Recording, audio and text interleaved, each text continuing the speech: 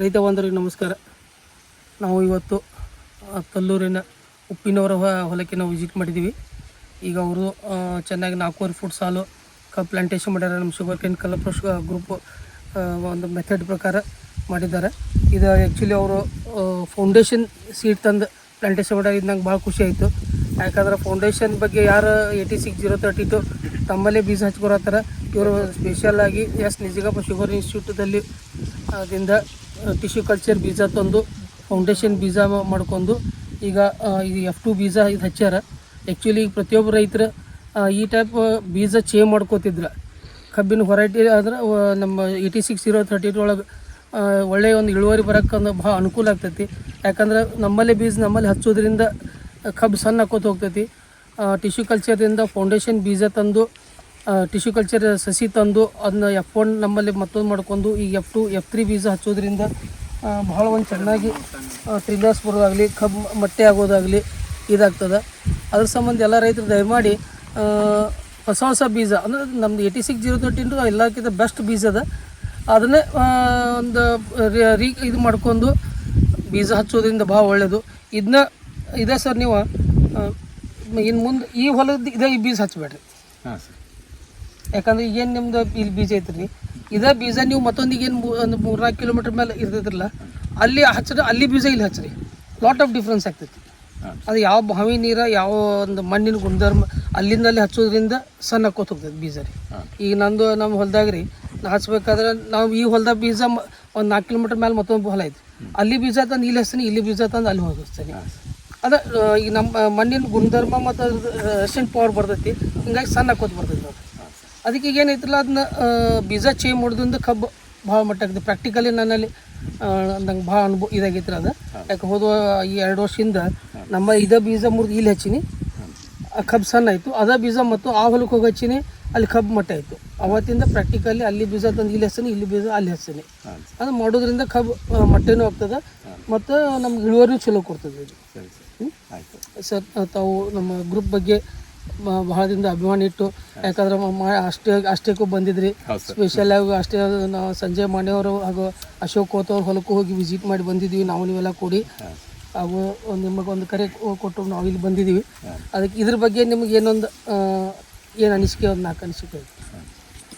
ಎಲ್ಲರಿಗೂ ನಮಸ್ಕಾರ. ನಾನಿಲ್ಲಿ ಯರಗಟ್ಟಿ ತಾಲೂಕು ತಲ್ಲೂರು ಗ್ರಾಮ ನಮ್ಮದು. ಸರ್ ನಮ್ಮ ಮೊದಲೇದಾಗಿ ನಮ್ಮ ಇವತ್ತು ಫೀಲ್ಡಿಗೆ ವಿಸಿಟ್ ಕೊಟ್ಟಿದ್ದಕ್ಕಾಗಿ ನನಗೆ ಭಾಳ ಖುಷಿ ಅನ್ನಿಸ್ತು. ಅದಕ್ಕಾಗಿ ಸರ್ ತಮಗೆ ನಾನು ಮೊದಲು ಧನ್ಯವಾದಗಳು ಕೊಡ್ತಾ ಇದ್ದೀನಿ.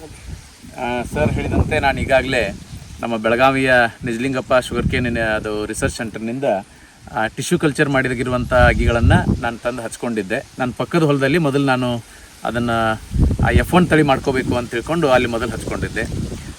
ಅಲ್ಲಿಂದ ನಾನು F1 ತಳಿಯನ್ನು ತೊಗೊಂಡು ಬಂದು ಇಲ್ಲಿ ಹಚ್ಕೊಂಡಿದ್ದೀನಿ. ಈಗ ಸುಮಾರು ಸ್ವಲ್ಪ ಸರ್ ನನಗೊಂದು ಸಜೆಷನ್ ಕೊಟ್ಟರು, ಅದರಲ್ಲಿರುವಂಥ ಗ್ಯಾಪನ್ನು ನಾನು ತುಂಬಿಕೊಂಡಿಲ್ಲ. ಹೀಗಾಗಿ ಸುಮಾರು ನನಗೊಂದು 15% ಇಳುವರಿ ಅದು ಕಮ್ಮಿ ಆಗ್ಬೋದು ಅನ್ನುವಂಥದ್ದನ್ನು ಸರ್ ಹೇಳಿದರು. ಹೀಗಾಗಿ ನಾನು ಮುಂಬರುವಂಥ ದಿನಗಳಲ್ಲಿ ಆ ಗ್ಯಾಪನ್ನು ಸಹಿತ ಬದಲಾವಣೆ ಮಾಡ್ಕೋಬೇಕು ಅನ್ನುವಂಥ ನಿರ್ಧಾರ ಮಾಡ್ಕೊಂಡಿದ್ದೇನೆ. ಹಾಗೆ ನಾನು ಪ್ರಾರಂಭದಲ್ಲಿ ಸರ್ ಅವರ ಮಾರ್ಗದರ್ಶನದಂತೆ ನಾನು ಕೂಡ ಕಲ್ಪವೃಕ್ಷ ಶುಗರ್ ಕೇನ್ ಅದು ಗ್ರೂಪ್ನಲ್ಲಿ ವಾಟ್ಸಪ್ ಗ್ರೂಪ್ನಲ್ಲಿ ಇರೋದ್ರಿಂದ ನಾನು ಒಂದು ಡ್ರೆಂಚಿಂಗು ಆಮೇಲೆ 2 ಸ್ಪ್ರೇ ಕೂಡ ಮಾಡ್ಕೊಂಡಿದ್ದೀನಿ. ಬಹಳ ಅತ್ಯುತ್ತಮವಾಗಿ ಸ್ವಲ್ಪ ಅದು ನನಗೆ ಪರಿಣಾಮಕಾರಿ ಫಲಿತಾಂಶವನ್ನು ಕೊಟ್ಟಿದೆ.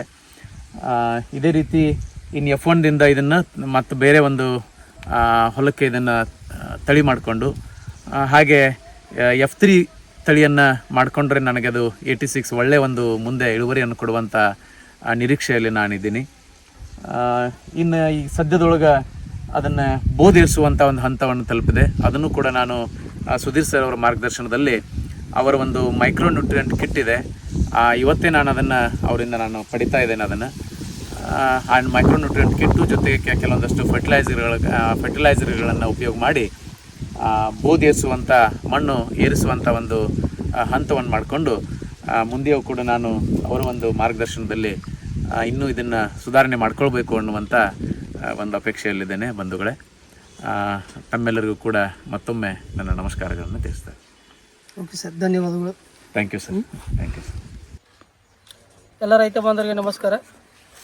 ನಾನು ಈಗ ಹೂಲಿ ಗ್ರಾಮದ ಉಮೇಶ್ ಹಿರೇಮಠ ಅವರ ಪ್ಲಾಟಿಗೆ ವಿಸಿಟ್ ಮಾಡಿದ್ದೀನಿ. ಇದು ಕಬ್ಬು ಜುಲೈ 20 2022 ಪ್ಲಾಂಟೇಶನ್ ಮಾಡ್ಯಾರ. ಈಗ 4.5 ತಿಂಗಳು ಕಬ್ಬು ಐತಿ. ಈ ಕಬ್ಬು ನೋಡ್ರೆ ನಂಗೆ ಇಷ್ಟು ಖುಷಿ ಆಗೈತಿ. ನಮ್ಮ ಶುಗರ್ ಕ್ಯಾನ್ ಕಾರ್ಪೊರೇಷನ್ ಗ್ರೂಪ್ನ ಒಬ್ಬರು ಮೆಂಬರು ಈಗ 2 ವರ್ಷದಿಂದ 3 ವರ್ಷದಿಂದ ಅವ್ರು ಫಾಲೋ ಮಾಡ್ಕೊತ ಬರತ್ತಾರ. ಈಗ ಹೋದ ವರ್ಷ ಅವ್ರು 85 ಟನ್ ಮಾಡ್ಯಾರ. ಅದು ಈಗಿನ ಕಬ್ಬು ನಾವು ಪರಿಸ್ಥಿತಿ ನೋಡ್ರಿ, ಈಗ ನಾ ಬೆಳಬಗಡಿ ಗ್ರಾಮದಾಗ ನಂದೇನು ಕಬ್ಬು ಐತಿ ಅದಕ್ಕಿಂತ ಸೂಪರಾಗಿ ಕಬ್ಬು ಬೆಳೆದಾರೆ ಅವ್ರು. ಯಾಕಂದ್ರೆ ನೋಡಿದ್ದು ಅವ್ರು ವಿಡಿಯೋ ಕಳಿಸಿದ್ದ ಮುದ್ದಾಮ್ ಇದು ಪ್ಲಾಟ್ ವಿಸಿಟ್ ಮಾಡ್ಬೇಕಂತ ನಾ ಬಂದೀನಿ. ಈಗ ಅದು ಈಗೇನೈತಿ, ಈಗ ಸಂಖ್ಯಾಶಾಸ್ತ್ರ ಇಷ್ಟು ಪರ್ಫೆಕ್ಟ್ ಕಾದಾರ ಅವ್ರು. 10 ಫುಟ್ನಾಗ ಬರೋಬ್ಬರ 52-53 ಕಬ್ಬು ಸಂಖ್ಯಾಶಾಸ್ತ್ರ ಪ್ರಕಾರ ಕಾದಾರ. ಹಾಗೂ ನಮ್ದು ಸಂಜೀವಿನಿ ಸ್ಪ್ರೇ ಮಾಡ್ಯಾರ.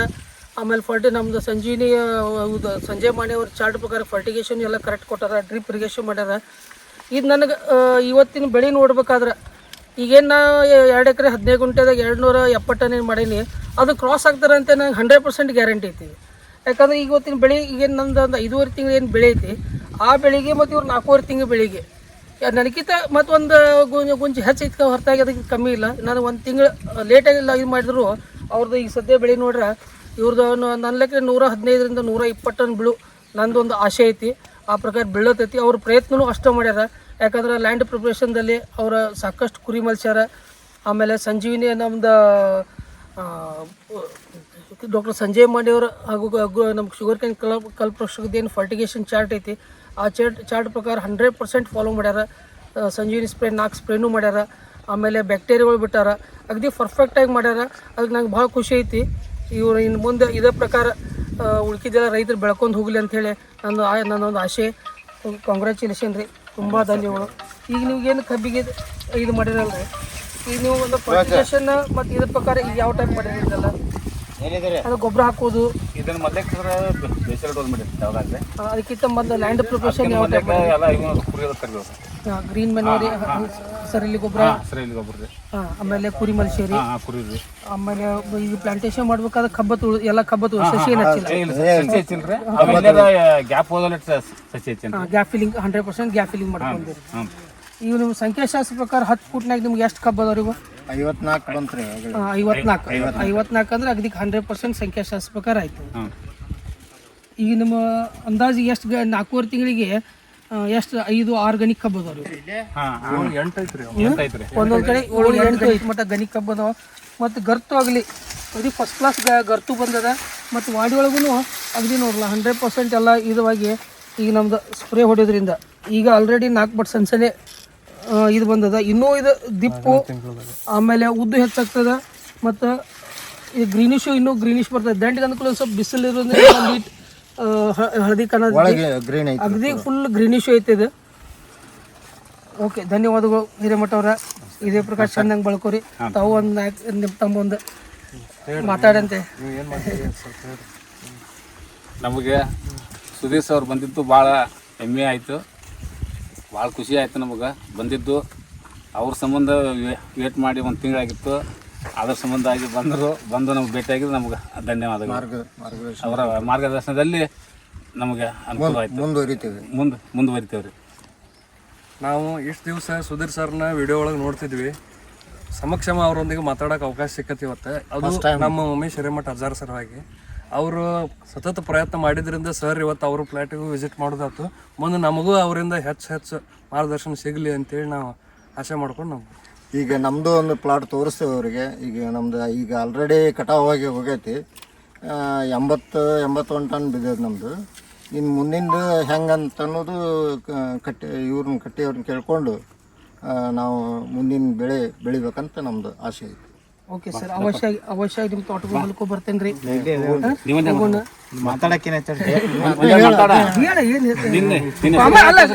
ಹಂಗೆ ಡಿಸ್ಕಸ್ ಮಾಡಿ ಪಾಸಲ್ಲ ಸರ್ ವಿಸಿಟ್ ಅವ್ರ ಇದಕ್ಕೆ ಫಂಕ್ಷನ್ಗೆ ಅಲ್ಲಿ ಮಹಾರಾಷ್ಟ್ರಕ್ಕೆ ಹೋಗಿ ಬಂದಿವಿ. ನಾವು ಹೋಗಿ ಬಂದಿಂದ ನಾವು 60-65 ಟನ್ ತಗೋತಿದ್ವಿ ಇಲ್ಲಿ ಕಬ್ಬಿನ ಬೆಳೆ ರೀ.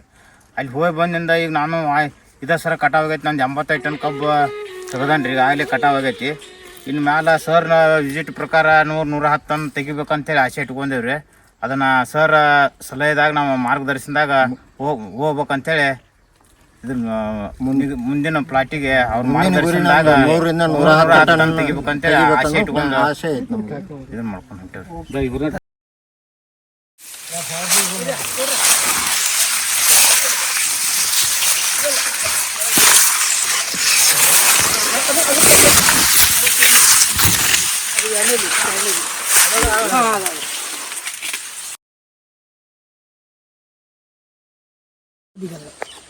ಇದಕ್ಕೆ ಏನ್ರಿ micro nutrient second nutrient very important. Magnesium sulphate, calcium nitrate, sulphur ಇವು ಅಷ್ಟು ಸ್ವಲ್ಪ ಬೇಕು, ಅವು ಬೇಕು ರೀ. ಜಿಂಕ್, ಫೆರಸ್, ಮ್ಯಾಗ್ನೀಸ್, ಬೋರೋನ್ ಅವು 10 ಕಿಲೋ ಬೇಕು, ಖರೆ ಅವು ಬೇಕು.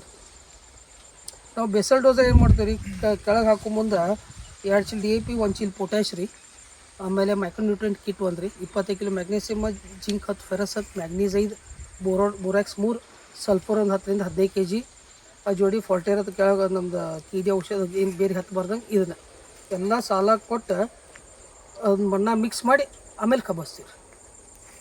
ಮತ್ತು ಅದು ಮಾಡೋಕ್ಕಿಂತ ಮೊದಲು ಏನೈತಿ DAP ಮತ್ತು ಜಿಂಕ ಫೆರಸ್ ಆರ್ಗ್ಯಾನಿಕ್ ಮ್ಯಾನ್ಯೂರ್ ಜೋಡಿ ಅಂದ್ರೆ ತೆಪ್ಪಿ ಗೊಬ್ಬರಲ್ಲಿ ಒಂದು ಇರಲಿ, ಅದ್ರ ಜೋಡಿ ಕೋಟಿಂಗ್ ಮಾಡಿ 8-10 ದಿವಸ ಇಡ್ತೀವಿ ರೀ. ಆಮೇಲೆ ಒಳಗೆ ಕೊಡ್ತೀವಿ, ಭೂಮಿಯಾಗ ಕೊಡ್ತೀವಿ. ಅದು ಭೂಮಿಯಾಗ ಕೊಟ್ಟು ಈಗ ನೀವು ರೈತರು ಮೊದಲು ನಾವು ಎಲ್ಲ ಕ್ವಶನ್ ಕೇಳೇವ್ರಿ, ಇಲ್ರಿ ಮತ್ತು ಬೇರೆ ಬಿಟ್ರಂಗಿಲ್ಲ, ಅಷ್ಟೆಲ್ಲ ನೆಲ್ದಾಗ ಕೊಟ್ಟಿರ್ತೀರಿ, ಎಲ್ಲ ನಾಸಾಗಿ ಹೋಗ್ತೈತಿ ಎಲ್ಲರ ತಲೆಯಾಗ. ಯಾವ ಗೊಬ್ಬರ ಎಷ್ಟು ದಿವ್ಸ ಯುಟಿಲೈಸ್ ಆಗ್ತೈತಿ, ಅವೈಲೇಬಲ್ ಫಾರ್ಮ್ ಸಿಗ್ತೈತಿ. ಈಗ DAP ನೀವು ಭೂಮಿಯಾಗ ಕೊಟ್ಟ ಪಟ್ಟಿಗೆ ಮಿನಿಮಮ್ ಇಲ್ಲಾಂದ್ರೂ 30 to 35 days ಬೇಕು ಅವೈಲೇಬಲ್ ಫಾರ್ಮ್ ಸಿಗಬೇಕಾದ್ರೆ. ಅದು ಪೊಟ್ಯಾಷ್ 15-20 ದಿವಸ ಬೇಕು. ಮೈಕ್ರೋ ನ್ಯೂಟ್ರಿಯೆಂಟ್ 10-15 ದಿವಸ ಬೇಕು. ಇಮಿಡಿಯೇಟ್ ಸಿಗೋದಂದ್ರೆ ಮ್ಯಾಗ್ನೇಷಿಯಮ್ ಸಲ್ಫೇಟು, ಯೂರಿಯಾ 2 ರೀ. Only 48 hours available form action start. ಈಗ ನೀವೇನು ಕಬ್ಬು ತುಳಿದಿರ್ತಿರಲ್ಲ, ಬೇರೇನು ಬಿಡ್ತೈತೆ ರೀ, ಇದು ಬೇರೆ ಬಿಡೋದಕ್ಕೆ ಅದು ಹಾರ ತಯಾರೋದಕ್ಕೆ ಇಮಿಡಿಯೇಟ್ ಸಿಗ್ತೈತಿ, ಭಾಳ ಫಾಸ್ಟ್ ಬಿಡುತ್ತೈತಿ. ಒಟ್ಟು ನಮ್ದು 2 ಮೇಜರ್ ಬಂದು ಫಾಸ್ಫರಸ್ ಅಂತೂ ಮೇಲೆ ಒಟ್ಟು ಹೋಗ್ಯಂಗಿಲ್ಲ ರೀ, DAP ಅದು ಒಟ್ಟು ಜೀವತ್ ಮೇಲೆ ಹೋಗ್ಯಂಗಿಲ್ಲ. ಬಟ್ 2 ಟೈಮ್ ಕೊಡ್ತೀವಿ ರೀ, ಒಂದು ಪ್ಲಾಂಟೇಶನ್ ಟೈಮ್ದಾಗ ರೀ, ಆಮೇಲೆ ಬೋದ್, ಆಮೇಲೆ ಸ್ಮಾಲ್ ಆರ್ನಿಂಗ್ 65-70 ದಿವ್ಸಕ್ಕೆ ಒಂದು ಸ್ವಲ್ಪ ಫಾಸ್ಫರಸ್ ಕೊಡ್ರಿ ನೀವು ಮಣ್ಣ ಮುಚ್ಚ 40-65 ದಿವಸಿಗೆ ಅವಾಗ ಒಂದು ಸ್ವಲ್ಪ ಫಾಸ್ಫರಸ್ ಬೇಕಾಗಿರ್ತೈತಿ. ಅವಾಗ ಏನು ಮಾಡ್ತೀವಿ, ಬಾಜು ಕಡ್ಡಿ ಗೊಬ್ಬರ ಕೊಡ್ತೀವಿ, ಫೂಟಿಗೆ ಒಂದೊಂದು ಕಡ್ಡಿ ಗೊಬ್ಬರ ಕೊಡ್ತೀವಿ. 3 ಸಲ ಫಾಸ್ಫರಸ್ ಕೊಡ್ತೀವಿ. ಈಗ ನಾನು ನೋಡಲ್ಲ 5 ಫೂಟ್ ಸಾಲ್ ರೀ, 1.5 ಫೂಟಿಗೆ ಒಂದೊಂದು ಸಿಂಗಲ್ ಕಂಡ್ರಿ. ಅದು ಒಟ್ಟು ಟೋಟಲ್ ನನಗೆ ಒಂದು ಎಕರೆಗೆ ಬೇಕು 550-600 ಕಿಲೋ ಬೀಜ ರೀ. 1.5 ಫೂಟಿಗೆ ಒಂದು ಮಾಪ್ ಮಾಡಿ ರಗ್ದಿ ಕೈಯಾಗ ಬಡಿ ಕೊಟ್ಟು ಮಾಪ್ ಮಾಡಿ 1.5 ಫೂಟಿಗೆ ಒಂದೊಂದು ಕಣ್ಣು ಇಟ್ಕೊಂಡು ಅದು ಮ್ಯಾಲೆ ಕಣ್ಣು ಮಾಡಿ ಸುಮ್ಮ ಬಳ್ಳೆ ಒಂದು ಇಟ್ಟು ಹೋಯ್ತು, ಅದ್ಮೇಲೆ ಒಂದು ಬಟ್ ಸಿಂಗಲ್ ಒಂದ ಕಣ್ರಿ. ಮತ್ತೆ ನೀರು ಹಾಸೋದ್ರಿ, ನೀರು ಹಾಸಿ ಆಮೇಲೆ ಒಂದು 2 ದಿವಸ ಬಿಡೋದ್ರಿ. ಮೊದಲೆಲ್ಲ ಗೊಬ್ಬರ ಒಗ್ಯೋದ್ರಿ, ಅದ್ರಾಗ ತಿಪ್ಪಿ ನಮ್ದು ಆರ್ಗ್ಯಾನಿಕ್ ಮೆನೂರ್ ಒಗ್ಯೋದ್ರಿ, ಅದ್ರ ತಿಪ್ಪಿ ಗೊಬ್ಬರ ಇರಲಿ, ಕಂಪೋಸ್ಟ್ ಎಲ್ಲ ಒಗ್ಯೋದ್ರಿ. ಒಗದ್ ಮಣ್ಣ ಮಿಕ್ಸ್ ಮಾಡ್ಕೊಂಡು ನೀರು ಹಾಸೋದ್ರಿ. ಇಲ್ಲ ಇವು ನಿಮ್ಮದು ಇವು ಕೂರಿಗೆ ಇರ್ತಾವಲ್ಲ, ಈಗ ಸಣ್ಣ ಕೂರಿಗೆ ಎಂಟು ಇರ್ತಾವಲ್ಲ, ಅದ್ರಲ್ಲೇ ಮಣ್ಣ ಮಿಕ್ಸ್ ಮಾಡ್ಕೋದು. ಅವ ಮಾಡಿ ಸಾಲ್ ಬಿಟ್ಟ ಮೇಲೆ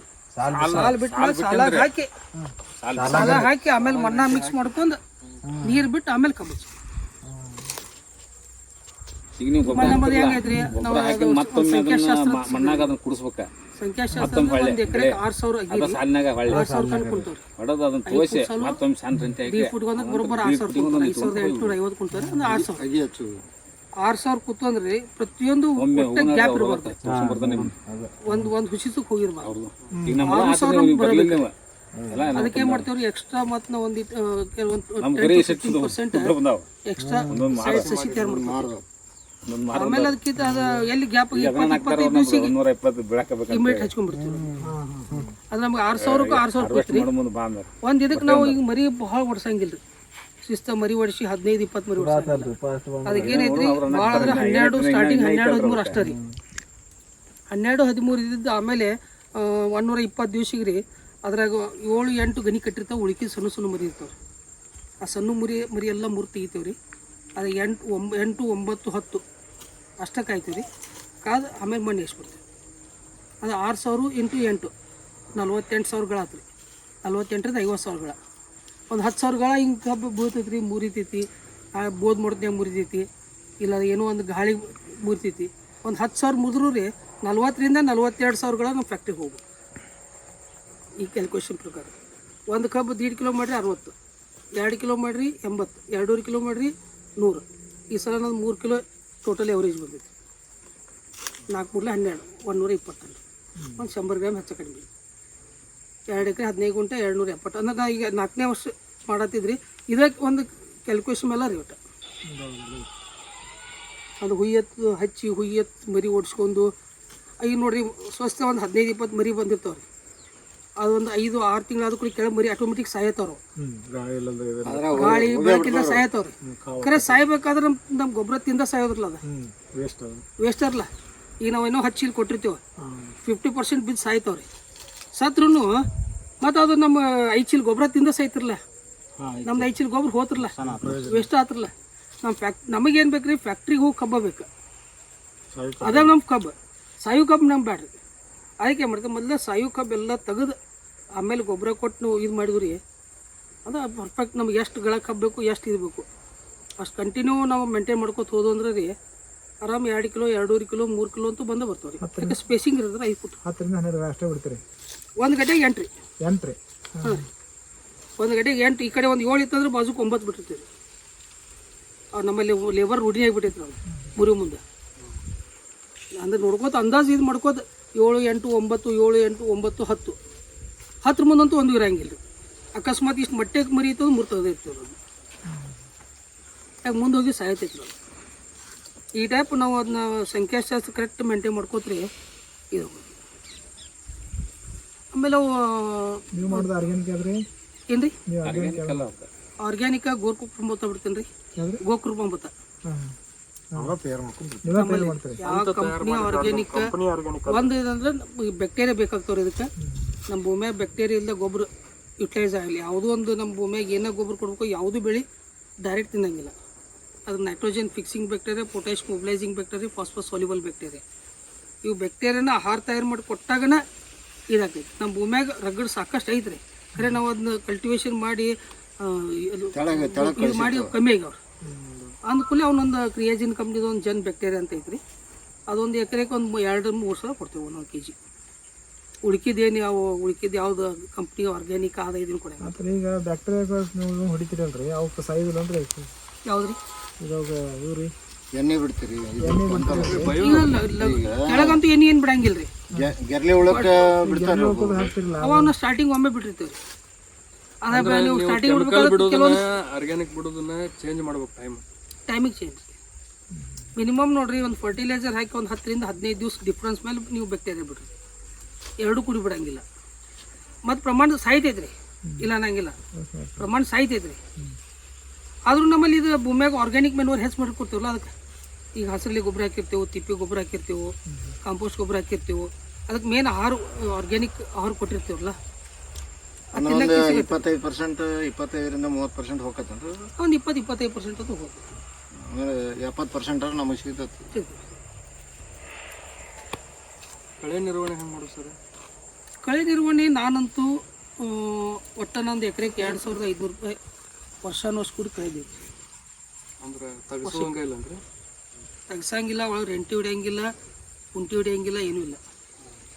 ಪ್ಲಾಂಟೇಶನ್ ಮಾಡ್ತೇನೆ ರೀ. 20-25 ದಿವಸಕ್ಕೆ ಒಂದು ಮೆಟ್ರಿ ಬೆಂಜಿನ್ 20% WP ಅಂತ, ಟಾಟಾ ಮೇತ್ರಿ, ಸೆಂಕೋರ್ 70%.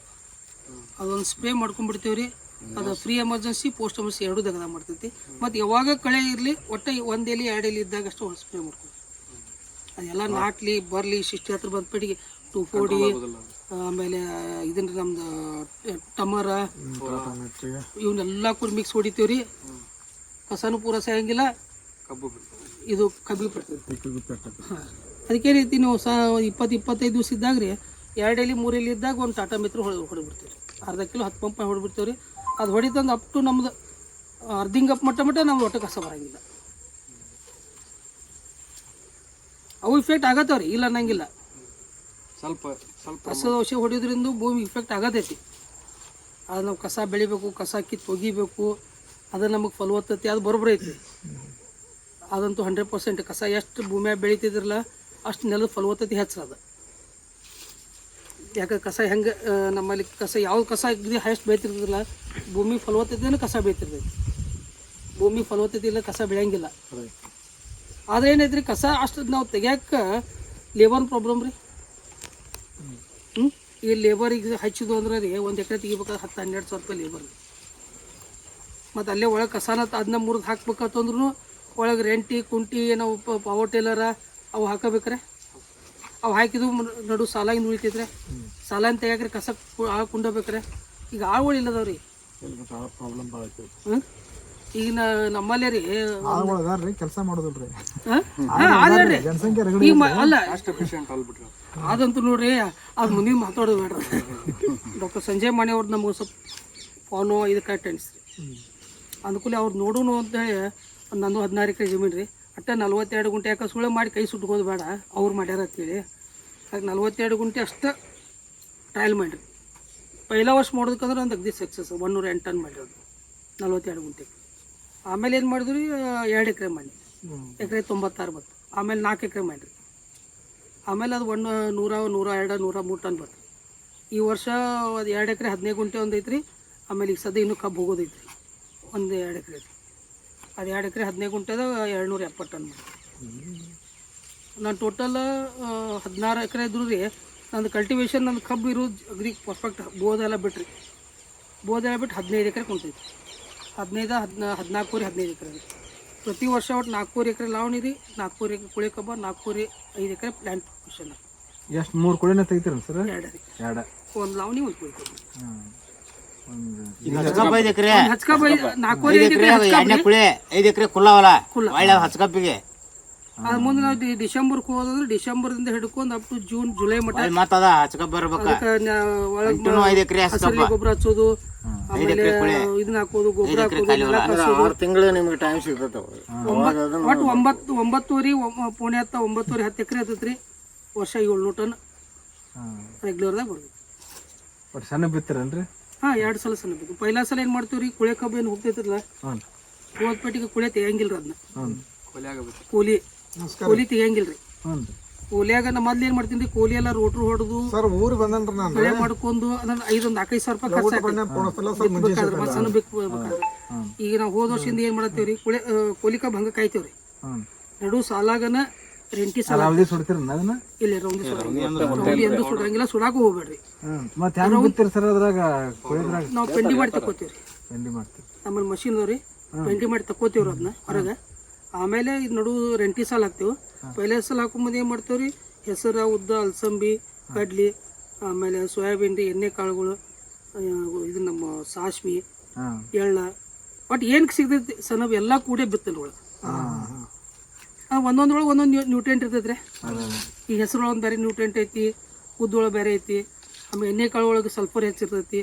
ಆಮೇಲೆ ನಮ್ಮ ಸಣ್ಣ ಡೆಂಚಿ ಒಳಗೆ ನೈಟ್ರೋಜನ್ ಬೇಸ್ ಹೆಚ್ಚಿರ್ತೈತಿ. ಅವನ್ನೆಲ್ಲ ಕೂಡಿ ಬಿತ್ತೇನೆ ರೀ. 2-2.5 ತಿಂಗಳು ಕುಳೆ ಕಬ್ಬು ಹಿಂಗೆ ಬರ್ತೈತಿ. ಹಾಂ. ಆಮೇಲೆ ಒಳಗೆ ಸಣ್ಣ ಡೆಂಚಿ ಅದು ತಾಕತ್ ಮೇಲೆ ಎಷ್ಟು ಬಂದು ಬರ್ತಾವ್ರಿ. ಎಲ್ಲ ಕೂಡಿ ಒಮ್ಮೆ ಡಿಕ್ಸ್ ಹೊಡೆದು ಪಲ್ಟಿ ಹೊಡೆದು ಬಿಡ್ತೇನೆ. ರೋಡ್ ಹೊಡಿತೀರಿ? ಹಾಂ, ರೋಟ್ರು ಹೊಡಿತೀವ್ರಿ. ರೋಟ್ರು ಹೊಡೆದು ಎಲ್ಲ ಪುಡಿಯಾಗಿ ಮಣ್ಣ ಮಿಕ್ಸ್ ಆಗ್ತೈತೆ ರೀ. ನೇಗಿಲ ಹೊಡೆದ್ಬಿಡ್ತೀವಿ. ಒಳಗೆ ಹೋಗಿ ಮುಚ್ಚೈತ್ರಿ. ಮುಚ್ಚಿ ಫೆಬ್ರವರಿ 15ರಿಂದ ಮೇ 15 ಮಟ್ಟ ರೀ ಬಿಸಿಲು ಬಿಡ್ತೀವಿ. ಅವು ಸಂಜೆ ಮುಂದೆ ಅಡ್ಡ ತಿಡ್ಡ ಸಂಜೆ ಮಾಡಿ ಗಳೆ ಹಾಕ್ತಾನೆ ರೀ. ಮುಂಜಾನೆ ಮಧ್ಯಾಹ್ನ ಹಾಕಂಗಿಲ್ಲ. ಅದನ್ನ ರಾವದಿ ಪೆಂಡಿ ಕಟ್ಟಿದ್ ಹೊರಗೆ ತಿಪ್ಪಿ ಹೋಗ್ತಾರನ್ರಿ? ಅದನ್ನ ಅದು ಹೇಳ್ತಾನ್ರಲ್ಲ, ಒಂದಿ ಪೆಂಡಿ ಮಾಡಿದ್ದು ಹೆಂಗೆ ಗೊಬ್ಬರ ಮಾಡ್ಕೋಬೇಕು ಅನ್ನೋದು. ಆಮೇಲೆ ಇದನ್ನೆಲ್ಲ ಇದು ಮಾಡ್ಕೋತೀವಿ. ಸಂಜೆ ಮಾಡಿ ಗಳೆ ಹೊಡಿತೀವಿ ರೀ. ಸಂಜೆ ಮಾಡಿ ಗಳೆ ಹೊಡಿಯೋದ್ರಿಂದ ಬೆಳ್ಳಕ್ಕಿ ಕಾಗಿ ಸಾಕಷ್ಟು ಬರ್ತಾವ್ರಿ. ಈ ನಮ್ಮ ಹೊಲದಾಗಿನ ಡೊಣ್ ಹುಳ ರೀ, ಗೊರ್ಲಿ ಹುಳ, ಅವು ಮಳೆ ಹುಳ ಆರ್ಸಂಗಿಲ್ಲ ರೀ, ತಿನ್ನಂಗಿಲ್ಲ ರೀ ಅವು. ಈ ಡೊಣ್ ಹುಳ ನಮ್ಮ ರೈತಗೆ ಏನು ಮಾಡೋ ಗಾಡದು ಹುಳ ಎಲ್ಲ ತಿಂತಾವ್ರು. ಹಂಗೆ ಸಂಜೆ ಮುಂದೆ ಗಳೆ ಹೊಡೋದ್ರಿಂದ ರೀ ಅವೆಲ್ಲ ಏನಾಗ್ತಾವೆ, ತಿಂದು ಆರಿಸಿ ತಿಂತಾವ್ರಿ. ಆದಷ್ಟು ಮಟ್ಟಿಗೆ ಒಂದು 80% ಅದರಿಂದ ಡೊಣ್ ಹುಳ ಕಂಟ್ರೋಲ್ ಬರ್ತೈತಿ. ಡೊಣ್ ಹುಳ ಇರಲಿ, ಗೋರ್ಲಿ ಇರಲಿ, ಅದರಿಂದ ಕಂಟ್ರೋಲ್ ಬರ್ತೈತಿ. ಸಂಜೆ ಮುಂದೆ 4 ಗಂಟೆಗೆ ಚಾಲು ಮಾಡಿದ್ರು 4 ಗಂಟೆಗೆ ಚಂದ್ರ 6-7 ಗಂಟೆ ಮಟ್ಟ ಅದನ್ನ ನೋಡಲ್ಲ, 106 ಗಂಟೆ ಹೊಂತಾವ. ಅದ ಟೈಮ್ ಕೊಡೋದು.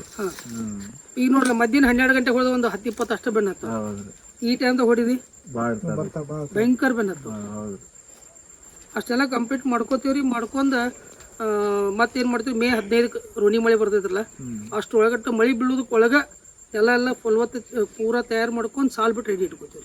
ತೆಗಿನ ಗೊಬ್ಬರ ತ್ಯಾಗ ಕಡಿದಿರ್ತೀರನ್ರಿ? ನಾವು ಏನು 2ನೇ ಸಲ ರೋಟು ಹೊಡಿತೀವಲ್ಲ ಅವಾಗೆಲ್ಲ ಗೊಬ್ಬರ ತಯಾರು ಮಾಡ್ತೀವಿ.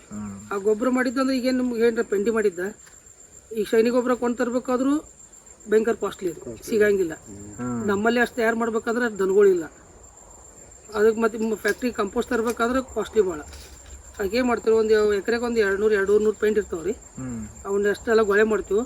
ಒಂದು ಬಾವಿ ದಂಡಿಗೆ ಅಷ್ಟು ನೆಲದ ಮೇಲೆ ಒಂದು ಹಿಂಗೊಂದು 15 ಫುಟ್ ರೀ, ಉದ್ದ ಒಂದು 45 ಫುಟ್ ಮತ್ತೆಲ್ಲ ರೋಂದಿ ಹಾಕ್ತೀವಿ ರೀ. ಅದ್ರ ಮೇಲೆ ಒಂದು 100 ಚೀಲ ಕೋಳಿ ಗೊಬ್ಬರ ತರಿಸಿರ್ತೀವಿ. ಆಮೇಲೆ ಕೋಳಿ ಗೊಬ್ಬರ, ಆಮೇಲೆ ಅದ್ರ ಫ್ಯಾಕ್ಟ್ರಿ ಕಂಪೋಸ್ಟ್ ರೀ, ಮಳ್ಳಿ ಗೊಬ್ಬರ, ಆಮೇಲೆ ನಮ್ಮಲ್ಲಿ ಇದ್ದಿದ್ದು ಒಂದು ಸ್ವಲ್ಪ ಸಗಣಿ ಗೊಬ್ಬರ ಹಿಂಗೆ ಪದ್ರ ಮಾಡಿ ಇಡ್ತೀವಿ ರೀ. ಮ್ಯಾಗಿಟ್ಟ ಮ್ಯಾಗ ಒಂದು ನಮ್ಮ ನಳದ ಪೈಪ್ ಇರ್ತೈತಲ್ಲ, ಜೋಶ್ ಬಿಡ್ತೀವಿ. ಅದಕ್ಕೆ ಮ್ಯಾಗ ತೂತು ಹೊಡೆದು ಕಾರಂಚಿ ಟೈಪ ಕೆಳಗೆ ನೀರು ಇಳಿಯೋಂಗೆ ಒಂದು 70 to 80% ಮಾಯ್ಶ್ಚರ್ ಕಂಟಿನ್ಯೂ ಕಾಯ್ಕೋತ ಬರ್ತೀವಿ ರೀ. 2.5 ತಿಂಗಳದಾಗ ಅಂದ್ರೆ ಫಸ್ಟ್ ಕ್ಲಾಸ್ ಎಲ್ಲ ಕಳೆದ ಗೊಬ್ಬರ ಆಗ್ತೈತಿ. ಅದನ್ನೆಲ್ಲ ತಿರುವಿ ಹಾಕ್ತೀವಿ. ಅದನ್ನ ತಿರುವಿ ಕೋಲ್ಡ್ ಪ್ರೊಸೆಸ್ ಆಗ್ತೈತಿ. ಅವಾಗ ಒಂದು ಸ್ವಲ್ಪ ನೀರು ಬಡ್ದು ಕೆಲವೊಂದು ಬ್ಯಾಕ್ಟೀರಿಯಾ ಬಿಟ್ಬಿಡ್ತೀವಿ. ಕಂಪೋಸ್ಟ್ ಕಲ್ಚರ, ಆಮೇಲೆ NPK ಬ್ಯಾಕ್ಟೀರಿಯಾ, ಟ್ರೈಕೋಡರ್ಮ ಇವನ್ನೆಲ್ಲ ಹಾಕೊಂಡು ಅದು ಬಗ್ದಿ ಎಲ್ಲ ಒಳಗೆ ರೆಡಿ ಆಗ್ತಾವ್ರಿ. ಆಮೇಲೆ ಅದನ್ನೇನೈತಿ ಮೇದಾಗ ಅದನ್ನೆಲ್ಲ ಗೊಬ್ಬರ ಹರವಂಚಿ ರೋಟ್ರ್ ಹೊಡೆದು ಸಾಲು ಬಿಡ್ತೀವಿ. ಸಾಲು ಬಿಟ್ಟು ಮತ್ತು ಸಾಲಿನಾಗ ಸಣ್ಣ ಬಟ್ ಹೆಂಚಿ ಹಾಕ್ತೀವಿ. ಈಗ ರೋಟ್ರು ಹೊಡಿತಿರಲ್ಲ, ಇವು ಪೋಷಕಾಂಶ ಇವು ಇದಾಗುದಿಲ್ಲ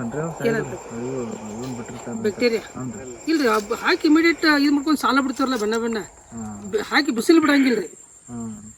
ಗೊಬ್ಬರ ಕಡ್ದು ಬಿಸಿಲಿಗೆ ಒಂದು 8 ದಿವಸ ಬಿಡಂಗಿಲ್ಲ. ಗೊಬ್ಬರ ಕಡ್ದು ಬಿಟ್ಟು ಇಮಿಡಿಯೇಟ್ ಒಂದು ರೋಟ್ರು ಹೊಡೆದು ಸಾಲು ಬಿಟ್ಟು ಸಣ್ಣ ಬಿತ್ತಕ್ಕೆ ಸ್ಟಾರ್ಟ್ ರೀ.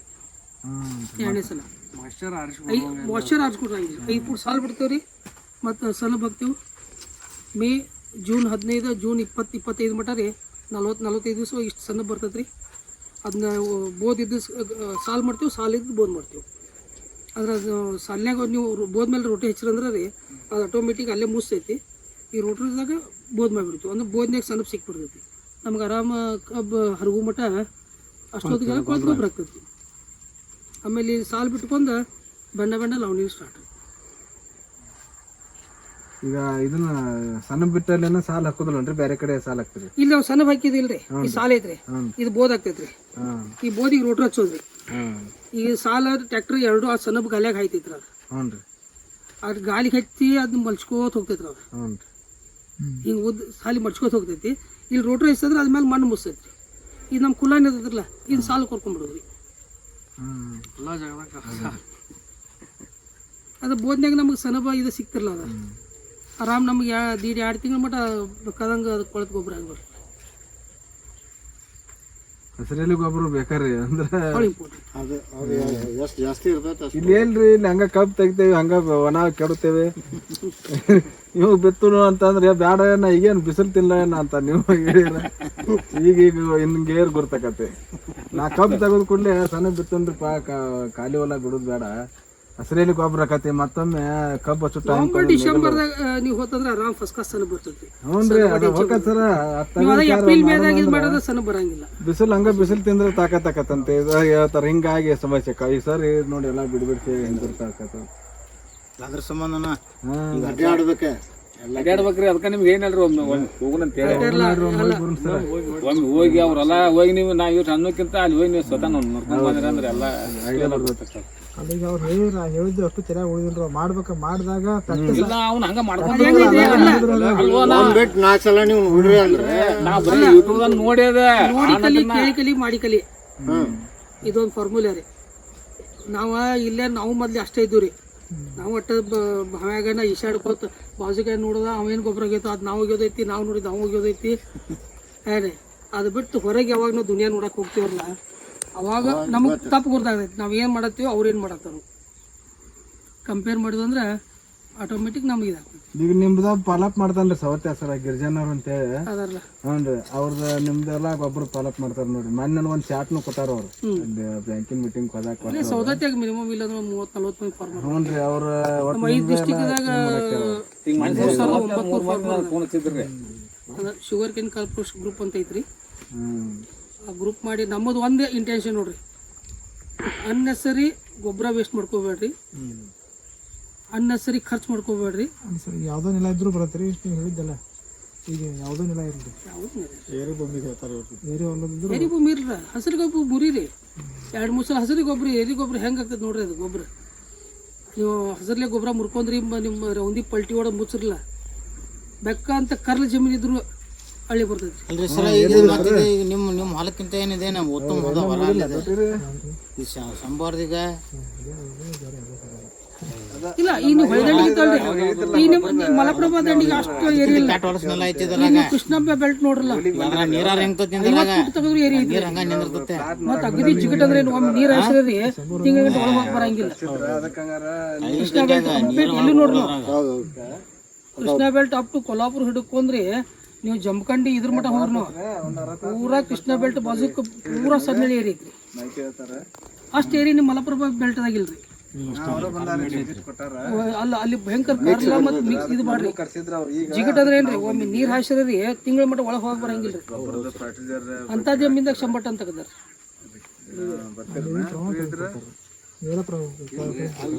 ನೀರ್ ಪ್ರಮಾಣ ನೋಡ್ರಿ ಈಗ ಒಟ್ಟು ನೀವು ಡ್ರಿಪ್ ಹಾಕ್ಯಾರ್ರಿ ಎಲ್ಲಾ ತಲೆ ಐತಿ ಡ್ರಿಪ್ ಚಾಲು ಮಾಡಿ ಡ್ರಿಪ್ ಐತಿ 4-5 ತಾಸು ಚಾಲು ಮಾಡ್ತಾರೆ.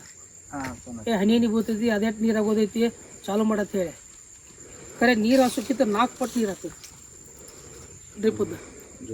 ಯಾಕಂದ್ರೆ ರೀ ಒಂದು ತಾಸಿಗೆ 4 ಲೀಟ್ರ್ ಡಿಸ್ಚಾರ್ಜ್ ರೀ 1.25 ಫೂಟ್ ರೀ ಒಟ್ಟು ಅದು 15 ಇಂಚ್ ಇರ್ತೈತಿ ರೀ. 15 ಇಂಚ್ದಾಗ 4 ತಾಸು ಚಾಲು ಮಾಡಿದ್ರೆ 4 16 ಲೀಟ್ರ್ ನೀರು ಆತ್ರಿ. ಇಷ್ಟು 1.25 ಫೂಟ್ನಾಗ 16 ಲೀಟ್ರ್ ಒಂದು ಡ್ರಮ್ ಸುರಿ ನೀರೇನು ಆಗ್ತೈತಿ ಪೂರಾ ಕಿಚ್ಕಿಚ್ ಆಗಿಬಿಡ್ರಿ. ಅದಕ್ಕೇನೈತ್ರಿ ಡ್ರಿಪ್ ಒಟ್ಟು ಚಾಲು ಮಾಡಲ್ಲ. ಈಗ ಬ್ಯಾಳಿಗೆ ಬೇಕಾಯ್ತು ಇವ್ರು ನೀರು ಬೇಕಾಯ್ತು ಇದಕ್ಕೆ ಭಾಳ ದಿವ್ಸಕ್ಕೆ 2 ಲೀಟ್ರ್ 3 ಲೀಟ್ರ್ ನೀರು ಒಟ್ಟು 3 ಲೀಟ್ರ್ ನೀರು ಸಫಿಸಿಯೆಂಟ್. ನಮ್ಮ ಕಬ್ಬು ಒಂದು ತಿಂಗಳ ಮಟ್ಟ ರೀ ದಿನ ಒಟ್ಟು ಒಂದು ಅರ್ಧ ಲೀಟ್ರ್ 1 ಲೀಟ್ರ್ ಒಳಗೆ ನೀರಿದ್ರೆ ಸಾಕು. ನಮ್ಮ ಒಟ್ಟು ತಳ ಇಷ್ಟ ಹಸಿ ರೀ ನಂದು ಕಬ್ಬು ಹೋಗು ಮಟ್ಟ ಬಂದ್ರು ನಾನು ಹೊಲದಾಗ ಹಿಂಗೆ ರಾಡಿ ನೀರು ಮಾತಾಡ್ತಾರಲ್ಲ ಅವ್ರ ಇಲ್ಲಿ ಬರ್ಬೇಕು ಒಂದು ಏನು ಐತ್ರಲ್ಲ ಮಣ್ಣು ತೆಗೆದು ಮುದ್ದೆ ಮಾಡ್ರ ಬರ್ರಿ ಯಾವುದು ಬೆಳೆ ಉಂಡೆ ಸಮಕ್ಷ ಹೋಗ್ಬಾರ್ದು ಹೊಡಿಬಾರ್ದು. ಈಗ ಇಲ್ಲಿ ಇವ್ರದೈತಿಲ್ರಿ ಇದು ಅಗದಿ ಫಲವತ್ತತೆ ಮಾಡೋರಿ.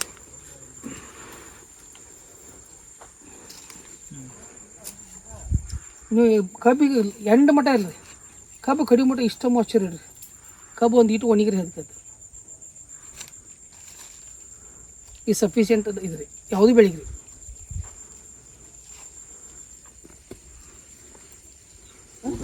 ಬರ್ರಿ ಸರ್